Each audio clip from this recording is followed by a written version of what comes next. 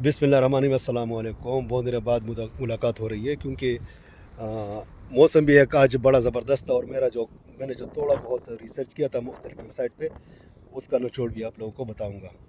تو اس ویڈیو کی دو باتیں ہیں، ایک احتیاطی تدابیروں کی اور ایک جو میڈیسن بنی ہے جاپان میں اس کے بارے میں۔ احتیاطی تدابیر میں یہ ہے کہ آپ سب سے پہلے گرم پانی روزانہ 2-3 کپ پیا کریں، ابال کے، جس طرح ہم چائے پیتے اسی طرح۔ دوسری بات، اگر ہم اس پانی میں ادرک ملا لیں، کاٹ کے ملا لیں اور اس کو چائے کی طرح ابال کے اس کو پیے تو انشاءاللہ باڈی گرم رہے گی اور فلو کا ہم پہ کوئی حملہ نہیں ہوگا انشاءاللہ۔ جب باڈی گرم ہوگی تو یہ وائرس کا اثر ہی نہیں ہوتا پورے جسم پہ، صحیح ہے۔ اب آتے ہیں ہم اس ویڈیو کی دوسرے حصے میں۔ تو یہ ہے ایک میڈیسن جس کا نام ہے ایویگن T705۔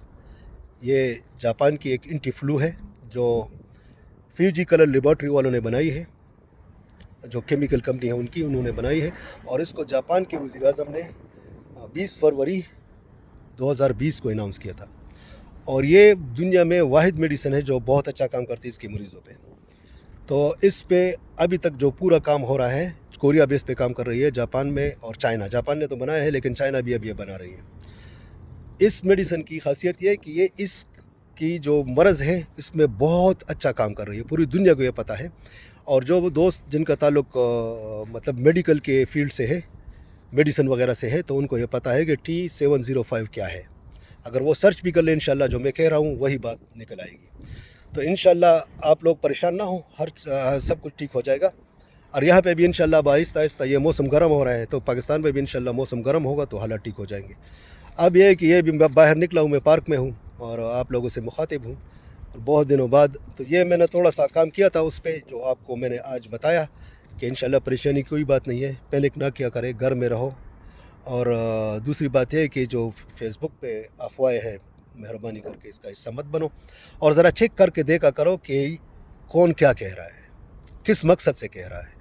اگر خانہ کعبہ اور مسجد نبوی بند ہو سکتے ہیں تو میرے خیال میں ہمیں کسی اور مسجد کے بند ہونے پہ کوئی اعتراض نہیں کرنا چاہیے، کیونکہ یہ ایک وبائی مرض ہے اور یہ آسانی سے پھیل سکتی ہے۔ ایک بندہ 80-90 بندوں کو انفیکٹ کر سکتا ہے۔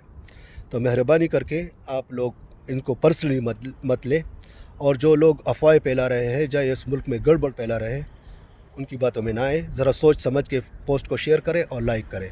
اب جو میں نے آپ کو باتیں بتائی ہیں، اگر آپ کو اچھی لگے تو اس کو شیئر کریں اور لائک کریں، تو بہت مہربانی ہوگی۔ شکریہ، اللہ حافظ۔